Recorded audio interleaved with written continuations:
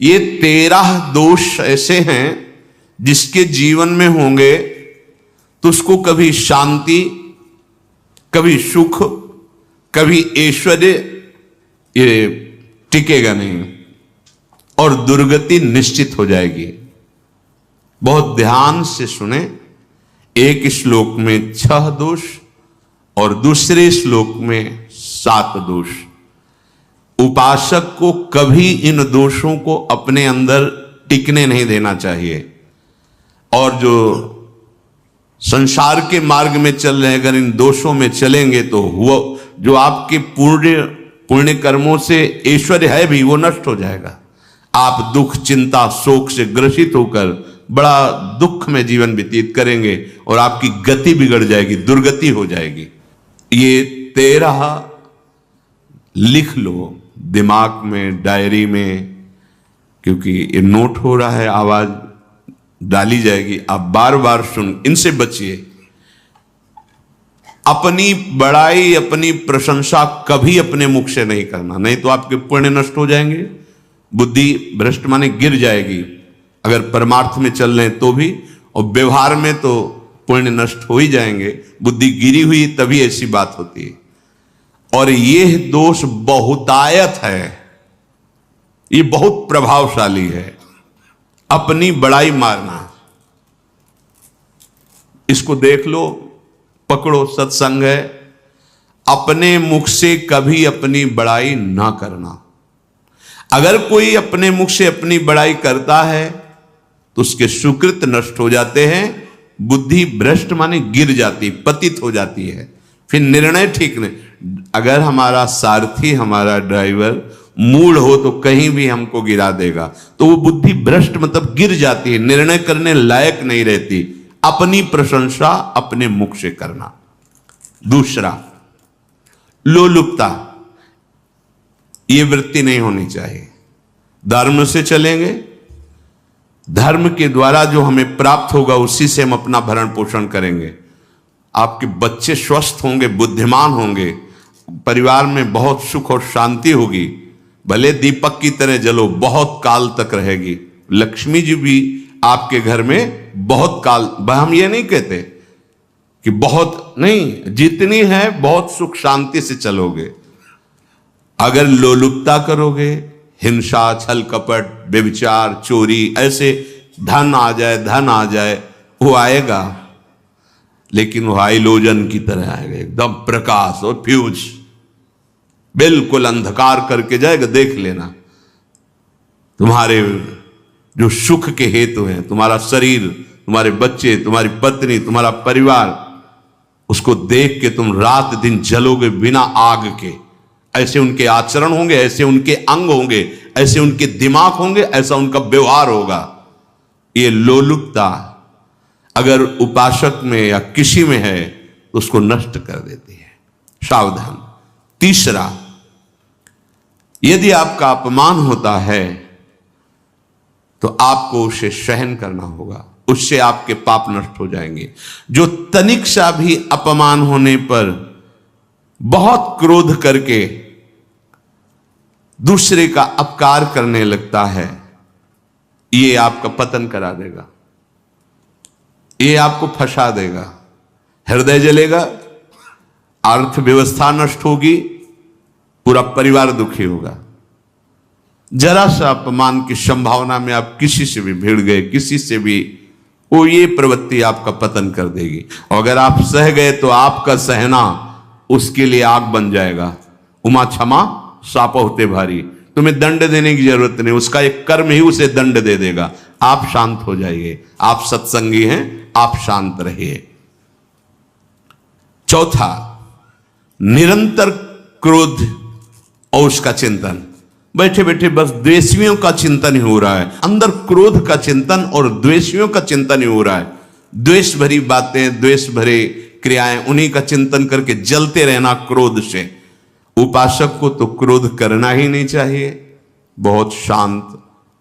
ठीक है, अभ्यास में कभी क्रोध हो सकता है, उसको फिर समन करो, अंदर से प्रायश्चित, जैसा कि अब गलती हुई, आगे नहीं करेंगे। और व्यवहार में भी क्रोध को आप पीना सीखें। अगर बार बार आपका क्रोध प्रकट होता ही रहेगा, आपका स्वभाव बिगड़ जाएगा, आपके पुण्य नष्ट हो जाएंगे और आपका जीवन नष्ट हो जाएगा। देने वाला उतना दे देगा आपको, आनंदित रहो। पैसा खर्चा, सब पूरे जीवन का विध्वंस मचा दिया क्रोध ने। कहीं भी आप देखो, किसी से क्रोध करके देखो, फिर देखो तुम्हारा भजन चल रहा है, तुम्हारी वो आनंद वृत्ति है नहीं, जलोगे और वो जलन और गुस्सा दिलाएगी और वो बैठे बैठे जलोगे नहीं। ये क्रोध जो है, ये चाहे व्यवहार में हो चाहे परमार्थ में, दोनों की हानि करने वाला है। और आश्रित जनों की रक्षा ना करना।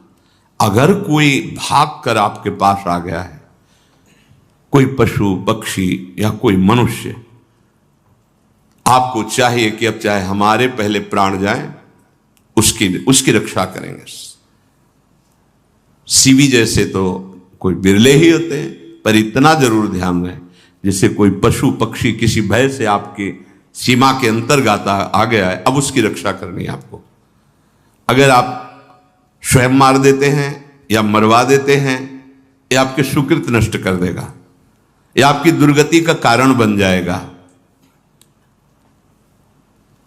और जो पाप कर्म उत्साहित होकर करते हैं, उपासक को तो बहुत सावधान रहना चाहिए, पर व्यवहार में भी जो नहीं करना चाहिए, अगर वो पाप कर्म आपके द्वारा मन में प्रेरित हो रहे हैं, संकल्प बन रहा है, क्रियाएं हो रही, दुर्गति पक्की, पुण्य नष्ट हो जाएंगे, दुख अशांति बढ़ती चली जाएगी, कभी शांति नहीं प्राप्त कर पाएंगे। ऐसा नहीं कि जो मन में आवे सो करें। पापाचरण निडर और उत्साहित होकर करना, अगर ऐसे लक्षण है, निश्चित दुर्गति होती है। ये 6, अपनी बहुत बड़ाई करने वाला अपने मुख से, लोलुपता, तनिक से अपमान में सहन ना करने वाला, निरंतर क्रोधी और आश्रित जनों की रक्षा न करने वाला, और निडर हर्षित होकर पाप कर्म करने वाला। दूसरे श्लोक में 7 है, 6 7। 1, संभोग का ही चिंतन करना, संभोग में ही मन लगाना, संभोग दूसरी स्त्रियों के साथ करने की भावना रखना, जीव नष्ट हो जाता है। ठीक है, धर्मयुक्त काम भगवान ने आदेश किया है, आपका पाणिग्रहण संस्कार हो गया है, संतानोत्पत्ति की भावना से कुछ पवित्र तिथियों का त्याग करते हुए चर्चा में हुई है। एक नियम है, एक आदेश है शास्त्र का। आप बहुत काम प्रवृत्ति वाले हैं तो प्रत्येक मास में जब माताएं बहनें पवित्र हो जाती मासिक धर्म से, तो जिनका पाणिग्रहण आपने किया, जो पत्नी स्वरूप है, वो ठीक है। वहां भी बार बार के लिए व्यभिचार प्रवृत्ति के लिए शास्त्र आदेश नहीं करता, संयम पूर्वक, और उसका चिंतन नहीं करना। पाणिग्रहण संस्कार है, घर में विराजमान है, एक संयम एक नियम के अनुसार उसका चिंतन तो फिर भ्रष्ट कर देगा। चिंतन प्रभु का करना है, चिंतन प्रभु की सेवा जो आपके कर्तव्य, इसके चिंतन से बचो। घातक है, बहुत बड़ा जहर है, अगर विषय चिंतन होने लगा तो मरोगे, जिंदा जलोगे, दुर्गति भी होगी। ये अंदर की जो आग है ना, कामाग्नि, ये इतनी बढ़ती चली जाएगी, तुम्हारे होश खराब हो जाएंगे कि मुझे क्या करना चाहिए क्या नहीं करना चाहिए। कोवा मदांधो मदना तुरोवा, अंधा हो जाएगा, नहीं दिखाई देगा अनुजा तनुजा क्या है कौन है, कुछ नहीं, भ्रष्ट बुद्धि। संभोग का चिंतन नहीं। धर्मयुक्त काम आदेश है शास्त्र में। यदि आप प्रवृत्ति मार्ग में हैं तो अपनी पत्नी को जो पाणिग्रहण स्वीकार किया है, वहां भी पवित्र तिथियों का त्याग करते हुए, एकादशी है, रामनवमी है, नवदुर्गा है, जन्माष्टमी है, राधाष्टमी, जो पवित्र तिथियों का त्याग करते हुए, और ऐसे जो मर्यादाएं हैं उसके अनुसार, और कहीं पराई स्त्री के साथ संभोग की बात, निश्चित दुर्गति पक्की है। ऐसे ही माताओं के लिए है, स्त्री शरीर के लिए है। यदि वो ऐसी गलत चेष्टा, तो पतिवंचक परपति रति करही, रौ नरक कल्पसत परही। ये भोग चिंतन से बचने की चेष्टा कीजिए तो क्रिया से अपने आप बच जाएंगे। विषमता रखने वाला, सबके साथ बर्ताव ऐसा कि मैं बहुत श्रेष्ठ हूं और दूसरे सब नहीं, ऐसा व्यवहार नहीं। सब भगवत स्वरूप हैं, समान व्यवहार। जैसे आपके भोजन है तो जो आप पा रहे हो वही सबको दीजिए। बैठने की व्यवस्था, उठने की व्यवस्था, क्रम बाय क्रम, पर उसको भी नीच भाव से मत देखिए। उस कोटि का उसको प्यार दीजिए, दुलार दीजिए, सम्मान दीजिए। इतनी विषमता ना फैलाते रहें अपने जीवन में कि आप सबके निंदा के पात्र बन जाए। विषमता नहीं, सबको प्यार। हाँ ठीक है, पुत्र का अलग प्यार है, भाई का अलग प्यार है, पिता का अलग प्यार है, पर हमारा व्यवहार प्रीति युक्त होना चाहिए, विषमता भरा नहीं होना चाहिए। अगर हमारे चित्त में विषमता ही रही तो संसार है, प्रभु नहीं है। जीत विषम संसार कीर्ति जग बिस्तरे। जो विषमता पर विजय प्राप्त कर लेता है वही भगवत प्राप्ति का अधिकारी। ये विषमता बहुत बड़ी हानि है। तीसरी बात, अत्यंत मानी होना। जहां आपके प्राण कमजोर होंगे, पुण्य नष्ट होगा, आयुश्री सब नष्ट होना है, ऐसे आचरण करवाएगा गुरुजनों के साथ, महापुरुषों के साथ। ये बहुत नीच प्रवृत्ति है। अत्यंत मान प्रियता, मुझे सम्मान मिले, उत्तम प्रवृत्ति है। सबको मान देना, स्वयं अमानी रहना। चौथा, दान देने की बात कह के मुकर जाना या दान देकर पश्चाताप करना। दे दिया है, बहुत जल रहे हो, दूसरे से वार्ता कर रहे हो कि पता नहीं क्या यार बुद्धि में हो गया, हमने उसको इतना कहा था, उतना दे दिया, क्यों दे दिया, ऐसा ऐसा, मतलब अंदर चिंतन करना, क्यों दे दे तो दिया। इसके बाद जो आपका जलन हो रही, पश्चाताप, सुकृत नष्ट हो रहे हैं। दान देकर पश्चाताप करना या दान देने की बात कह के मुकर जाना। जैसे आपने कह दिया आपको इतना इतना ऐसा, अब आप मुकर गए, ब्याज सहित तुम्हें देना होगा, ये तुम्हारी दुर्गति का कारण बन जाएगा। ऐसे ही नहीं बोलना चाहिए, बहुत होश से। वाणी एक अमोल है, जो कोई बोले जान, ये तराजू तौल के तब मुख बाहर आन। पांचवा, अत्यंत कृपण होना। ना परिवार को सुखी कर पा रहा, ना अपने को सुखी कर पा रहा है। एक एक सिक्का बैंक में जो मर गया। धन की वास्तविक गति यही है कि अपने परिवार को खूब उसकी अनुकूलता प्रदान करो, उसमें से कुछ हिस्सा किसी ऐसे को जिससे तुम्हें बदले में कुछ लेने की भावना ना हो। कोई साधु महात्मा, गाय, पशु, पक्षी, किसी भी जीव बीमार है, शरीरधारी, उसके जिससे कुछ कभी लेने की भावना ना हो, एहसान की भावना ना हो। सो धन धन्य प्रथम गति जाकी, धन्य हो गया उसका धन। अब वो कृपण का धन किसी काम में ना स्वसुख, ना परिवार के सुख, ना धर्म कार्यों में, व्यर्थ जीवन चला गया। उसी धन का चिंतन करना, उसी का संग्रह करना और उसी की रक्षा करते करते शरीर छोड़ देना। तलाओ धर्म, अर्थ, काम, मोक्ष। और जो बालक, स्त्री, पागल, असहाय, जो इनकी रक्षा न करके इनकी हानि करता है, दुर्गति निश्चित है। माना आपकी पत्नी है, उसका स्वभाव बिगड़ा हुआ है, क्रोधी है, कटु वचन बोल, लेकिन आपके ही प्रारब्ध के लिए, माना आपका पति ऐसा स्वभाव वाला है, पर आपके ही प्रारब्ध से तो संयोग बना है आकर, अब इसका निर्वाह कर ले जाओ तो पवित्र हो जाओगे दोनों। और अगर झगड़ा और लड़ाई और मारपीट और कहीं हिंसादि के रूप में उतर गए तो फिर और करनी बिगड़ गई। बालक है, आप उसको ज्ञान नहीं कि आप पवित्र है, कि आप पवित्र है, उसको ज्ञान नहीं कि आप उसके साथ व्यवहार अच्छा कर रहे हैं कि बुरा कर रहे हैं। रक्षा करनी है आपको, शोषण नहीं करना। कह रहे स्त्री, बालक और पागल, जिसे विक्षिप्त है, पागल है, आपको रक्षा करनी है।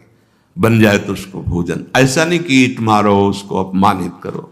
उसकी बुद्धि खराब है, प्रारब्धवशात खराब हो गई है, तो शास्त्र आज्ञा करता है स्त्री, बालक, जैसे पागल, विक्षिप्त आदि हैं, असहाय है, असमर्थ है, बूढ़ा है, वो आप सेवा भी करो तो वो गाली दे सकते हैं, उनकी बुद्धि बिगड़ गई। आपको उनको दंड नहीं देना, मारना नहीं है आपको। मान लो आपके बड़े बूढ़े बुजुर्ग जन हैं, आप सेवा भी कर रहे हो तो आपको कटु वचन बोल सकते हैं, आपकी निंदा कर सकते हैं, लेकिन आपको उनके साथ व्यवहार सद करना है। अगर आपने इन दोषों को स्वीकार किया तो निश्चित आपकी दुर्गति होगी, ना इस लोक में आपको शांति मिलेगी, ना परलोक में। इसलिए इन दोषों को बार बार सुन करके और हृदय में जांचो कि कहीं है तो नहीं, अगर है तो सत्संग, भजन बल, भगवत प्रार्थना के बल से इन दोषों का त्याग कर दो, जीवन मंगलमय हो जाएगा। से अगर अच्छी क्रियाओं को देख रहे हो कि प्रभु करा रहे, तो बुरी क्रियाओं का संकल्प ही नहीं उदय होगा। अहम गलित हो गया तो अहम में ही तो सारे विकार रहते हैं। हर समय प्रभु के सामने कृतज्ञ रहो, कितनी कृपा, क्या हमसे लेना है आपको, आप तो पूर्ण काम हो, हमें इतना दुलार कर रहे हो। बलिहारी प्रभु, वो बार बार मन उनके चरणों में लौटता रहता है। प्रभु का विधान सर्वज्ञता से पास हुआ है। वो खूब आगे की, पीछे की, मध्य की सब बात सोच करके उन्होंने आपके लिए विधान किया है। पहले से उन्होंने आपका उस समय मंगल विधान सुनिश्चित कर दिया है। कैसी भी परिस्थिति हो, कभी ऊबना मत, घबराना मत, अधीर मत होना और अपने भगवत विश्वास में कमी मत आने देना। कैसी भी परिस्थिति हो, यह जरूरी है। ऊबना मत, बहुत हो गया कष्ट सहते सहते, कितना सहूं, नहीं। ये अगर ऐसा आ रहा है तो भी आप भगवद आश्रित नहीं हुए। नहीं, ऐसा आ ही नहीं सकता। बड़ा आनंद आता है, कष्ट में बड़ा आनंद आता है। पूरा का पूरा मन, इंद्रियां केवल प्रभु में होती हैं, क्योंकि कष्ट में कोई विषय की इच्छा तो होती नहीं किसी को भी। भारी पीड़ा है तो सब उसी में होती। जिसने अभ्यास किया है भगवत चिंतन का, आश्रय है प्रभु का, तो कष्ट में भाग के कहां जाएगा, उसी में तो एकदम तन्मय हो जाता है मन, इंद्रिया। इस तरह हो, उनके भरोसे पर कभी, कई बार चर्चा की है प्रताप राय जी की। बचपन से भजन परायण थे, ईश्वर संपन्न घर था, भाई बहन सब खूब। कुछ दिनों बाद माता पिता पधार गए, पूरा अधिकार। ऐसे भजन में डूबे रहते कि उनका व्यापार था कि जैसे कोई धन लेने के लिए आया तो उसके लिए कुछ गिरवी रखना होता था, आभूषण आदि, और जितनी आवश्यकता है आप धन ले जाइए, और जब धन मिल जाए तो ब्याज से ही तो उसमें रख जाना और अपना सामान ले जाना। एक बक्सा रखा रहता था और वो आप माला लिए हर समय भजन करते रहे। बड़े वास्तविक आंतरिक वृत्ति से प्रभु में लगे थे। पर उनकी कुल परंपरा का यह व्यापार था। जैसे सदन जी की कुल परंपरा, तो कुछ गृहस्थ ऐसे महापुरुष जो अपने, भगवान भी कहते पर धर्मो भयावहा सुधर्मो निधनो श्रेया पर धर्म, वो जो वहां का काजी था उसने देखा कि बिना किसी प्रयत्न के बड़ा आनंद इनके चल रहा है, तो जलन होती। जो भगवत विरोधी जन, विमुख जन होते हैं तो जलन होती है। इसको दूसरे रूप में हम कह सकते हैं कि प्रभु अब उनके भजन का फल देना चाहते थे। दोनों बातें, परिणाम जान गए हैं इसलिए हम कह रहे हैं प्रभु उनके भजन का फल देना चाहते थे। और वो वर्तमान से देखो तो वो द्रोही थे, भगवत द्रोही जन। 3 लोगों ने काजी से मिलकर कहा बड़ा सुख लूट रहा है, हम जाके देखा है, बढ़िया काम बन जाए। वो देखता भी नहीं कि बक्से में क्या रखा गया। ठीक, तो कुछ कंकड़ ऐसे झोली में, पहले थैली टाइप की झोली होती, गए प्रणाम किया और कहा हमें 10,000 रुपए की आवश्यकता है, यहां लिखो दस्तखत, तारीख, दिन, और चेक भी नहीं कर। वो इतने विश्वास परायण भक्त थे, अभी तक ऐसा कुछ हुआ भी नहीं था। 10,000 रुपए दे।